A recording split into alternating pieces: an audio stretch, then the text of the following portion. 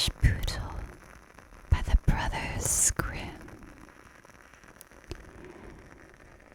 The wife of a rich man fell sick, and when she felt that her end drew nigh, she called her only daughter to her bedside and said, "Always be a good girl, and I will look down from heaven and watch over you." Soon afterwards, she shut her eyes and died, and was buried in the garden. And the little girl went every day to her grave and wept, and was always good and kind to all about her. And the snow fell and spread a beautiful white covering over the grave. But by the time the spring came and the sun had melted it away again, her father had married another wife. This new wife had 2 daughters of her own that she brought home with her. They were fair in face, but foul at heart, and it was now a sorry time for the poor little girl. "What does the good-for-nothing want in the parlor?" said they. "They who would eat bread should first earn it. Away with the kitchen maid." Then they took away her fine clothes and gave her an old gray frock to put on, and laughed at her and turned her into the kitchen. There she was forced to do hard work, to rise early before daylight, to bring the water, to make the fire, to cook and to wash. Besides that, the sisters plagued her in all sorts of ways and laughed at her. In the evening, when she was tired, she had no bed to lie down on, but was made to lie by the hearth among the ashes. And as this, of course, made her always dusty and dirty, they called her Ashputtel.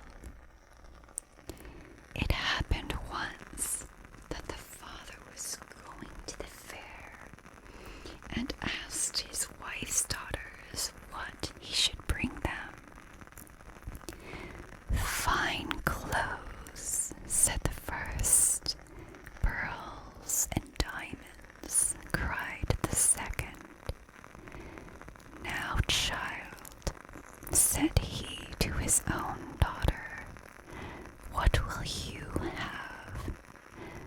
"The first twig, dear father, that brushes against your hat when you turn your face to come homewards," said she. Then he bought for the first 2 the fine clothes and pearls and diamonds they had asked for, and on his way home, as he rode through a green copse, a hazel twig brushed against him and almost pushed off his hat. So he broke it off and brought it away. And when he got home, he gave it to his daughter. Then she took it and went to her mother mother's grave and planted it there, and cried so much that it was watered with her tears. And there it grew and became a fine tree. 3 times every day she went to it and cried, and soon a little bird came and built its nest upon the tree, and talked with her, and watched over her, and brought her whatever she wished for. Now it happened that the king of that land held a feast, which was to last 3 days. And out of those who came to it, his son was to choose a bride for himself. Ashputtel's 2 sisters were asked to come, so they called her up and said, "Now comb our hair, brush our shoes, and tie our sashes for us, for we are going to dance at the king's feast." Then she did as she was told, but when all was done, she could not help crying, for she thought to herself she should have so liked to have gone with them to the ball. And at last she begged her mother very hard to let her go.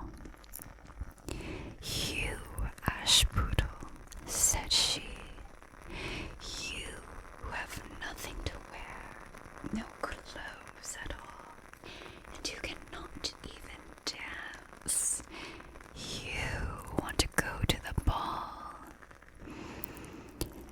And when she kept on begging, she said at last, to get rid of her, "I will throw this dishful of peas into the ash heap, and if in 2 hours' time you have picked them all out, you shall go to the feast too."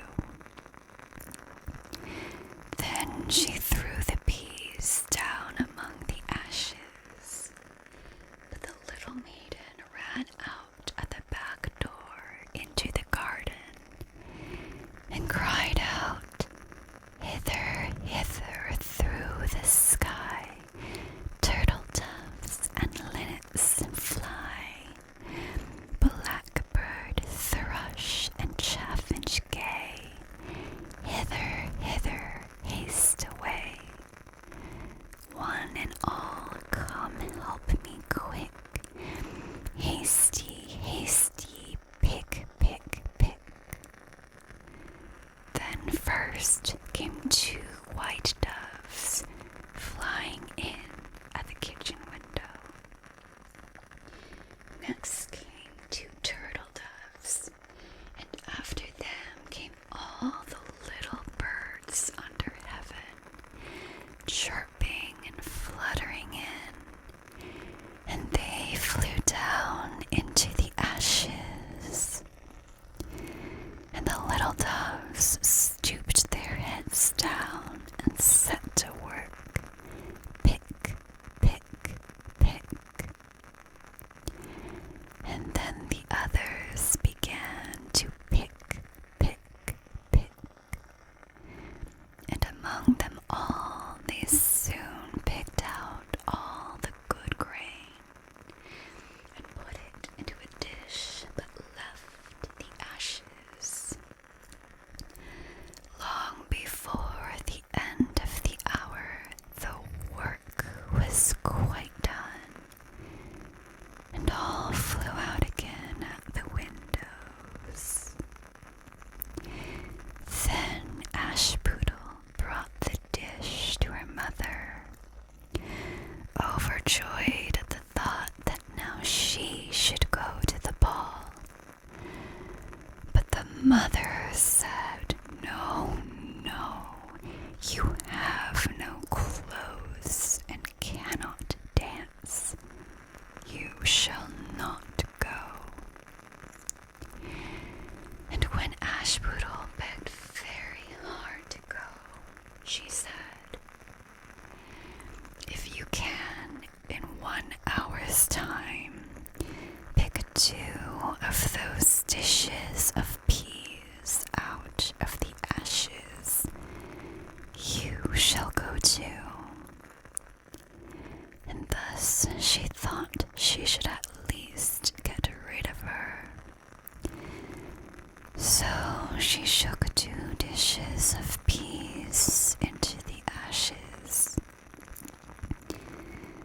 But the little maiden went out into the garden at the back of the house and cried out as before, "Hither, hither, through the sky, turtle doves and linnets fly, blackbird, thrush, and chaffinch gay, hither, hither, haste away. One and all, come help me quick. Hasty, hasty, pick, pick, pick." Then first came 2 white doves in the kitchen window. Next came 2 turtle doves, and after them came all the little birds under heaven, chirping and hopping about. And then they flew down into the ashes, and the little doves put their heads down and set to work. Pick, pick, pick. And then the others began to pick, pick, pick. And they put all the good grain into the dishes and left all the ashes. Before half an hour's time was all done, and out they flew again. And then Ashputtel took the dishes to her mother, rejoicing to think that she should now go to the ball. But her mother said, "It is all of no use. You cannot go. You have no clothes and cannot dance, and you would only put us to shame." And off she went with her 2 daughters to the ball. Now, when all were gone and nobody left at home, Ashputtel went sorrowfully and sat down under the hazel tree and cried out, "Shake, shake, hazel tree, gold and silver over me." Then her friend the bird flew out of the tree and brought a gold and silver dress for her, and slippers of spangled silk, and she put them on and followed her sisters to the feast. But they did not know her and thought it must be some strange princess. She looked so fine and beautiful in her rich clothes.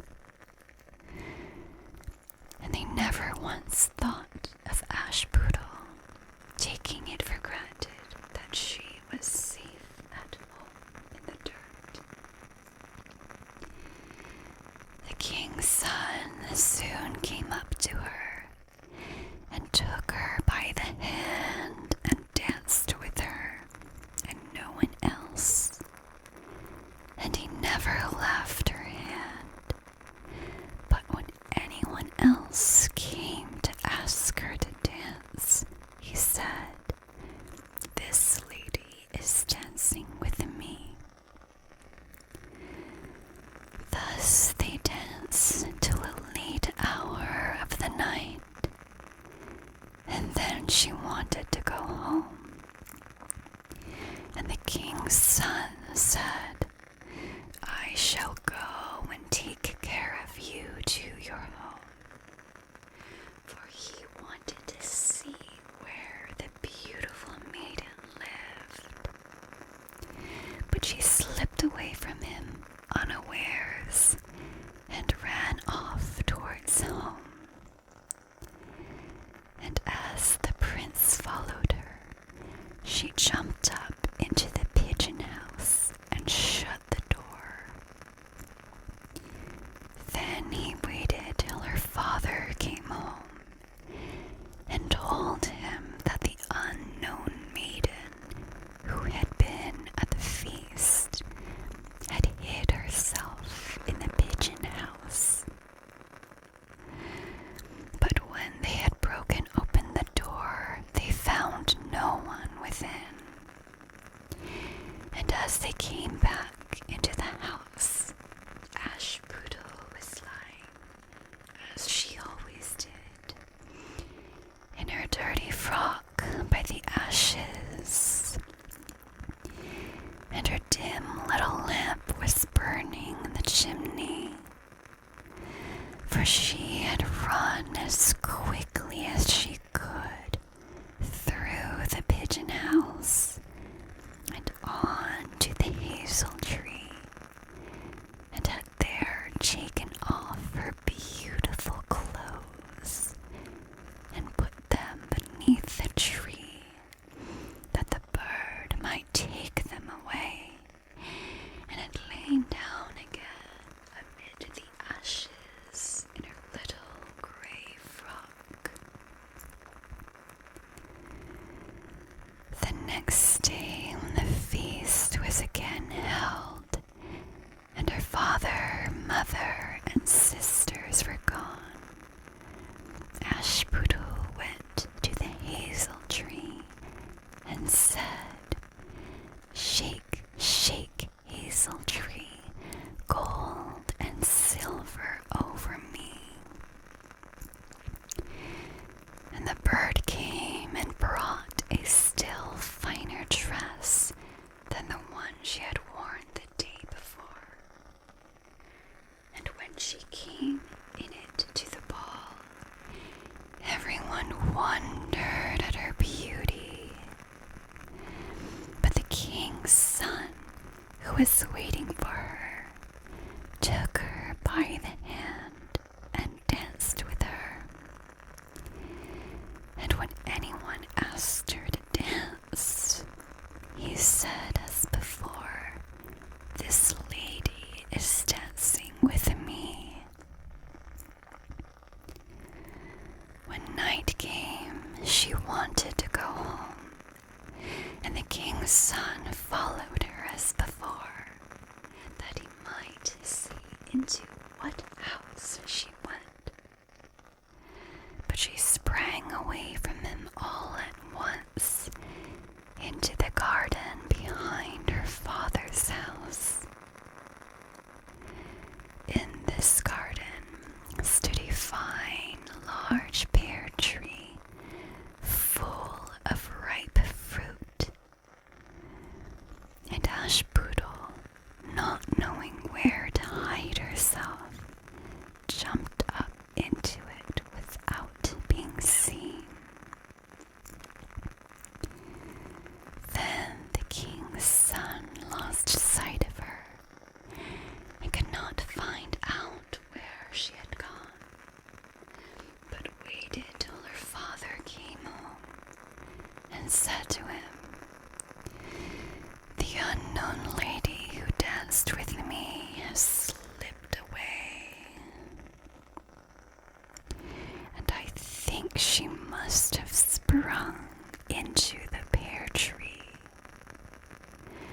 The father thought to himself, "Can it be Ashputtel?"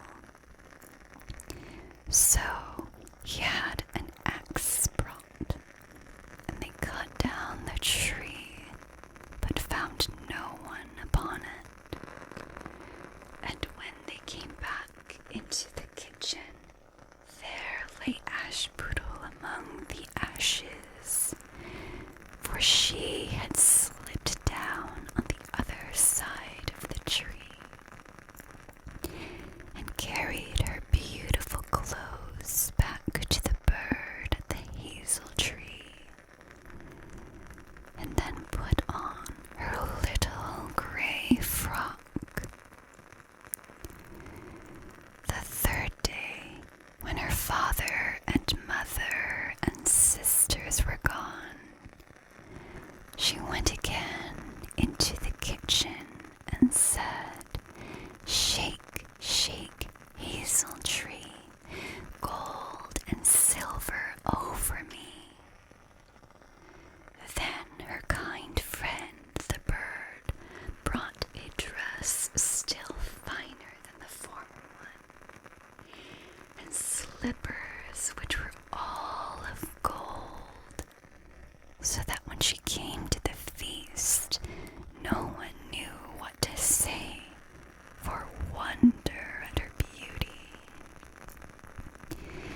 And the king's son danced with nobody but her.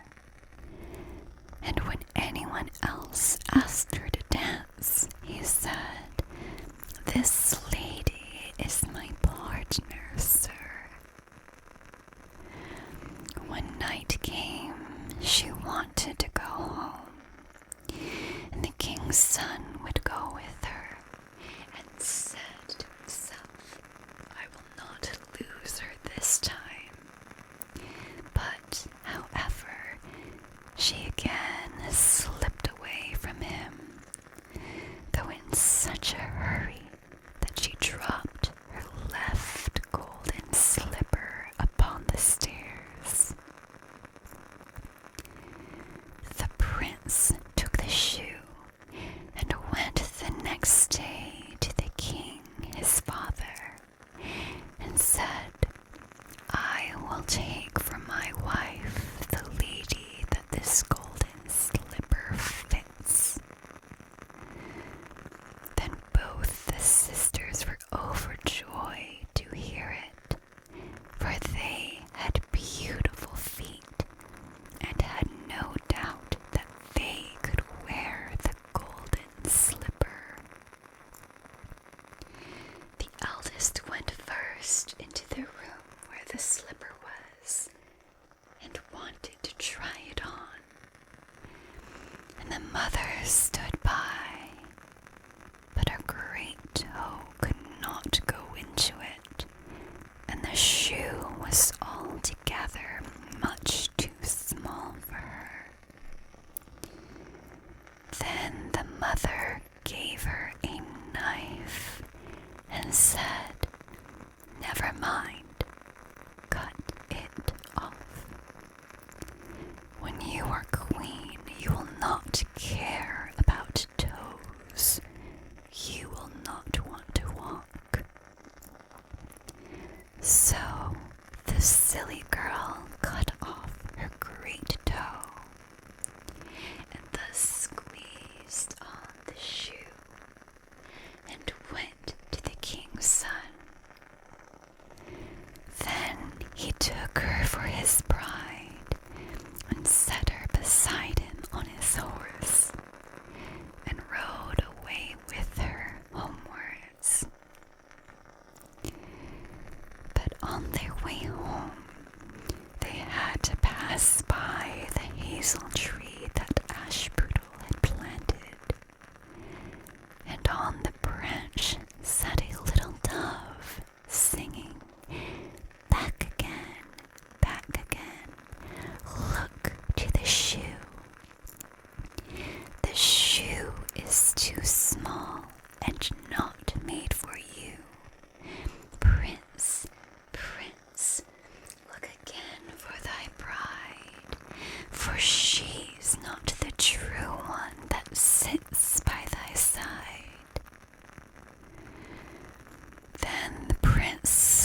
down and looked at her foot, and he saw by the blood that streamed from it what a trick she had played him. So he turned his horse round and brought the false bride back to her home and said, "This is not the right bride. Let the other sister try and put on the slipper." Then she went into the room and got her foot into the shoe, all but the heel, which was too large. But her mother squeezed it in until the blood came, and took her to the king's son. And he set her as his bride by his side on his horse, and rode away with her. But when they came to the hazel tree, the little dove sat there still and sang, "Back again, look to the shoe. The shoe is too small and not made for you. Prince, look again for thy bride, for she is not the true one that sits by thy side." Then he looked down and saw that the blood streamed so much from the shoe that her white stockings were quite red. So he turned his horse and brought her also back again. "This is not the true bride," he said to the father. "Have you no other daughters?" "No," said he. "There is only a little dirty Ashputtel here, the child of my first wife. I am sure she cannot be the bride." The prince told him to send her, but the mother said, No, she is much too dirty. She will not dare to show herself. However, the prince would have her come, and she first washed her face and hands, then went in and curtsied to him, and he reached to her the golden slipper. Then she took her clumsy shoe off her left foot and put on the golden slipper, and it fitted her as if it had been made for her.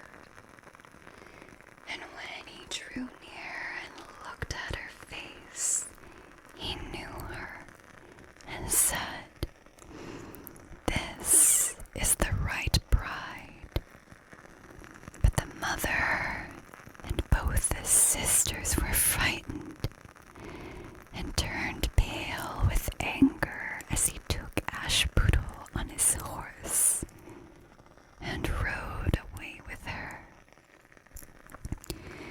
And when they came to the hazel tree, the white dove sang, Home, look at the shoe, princess, the shoe was made for you. Prince, take home thy bride, for she is the true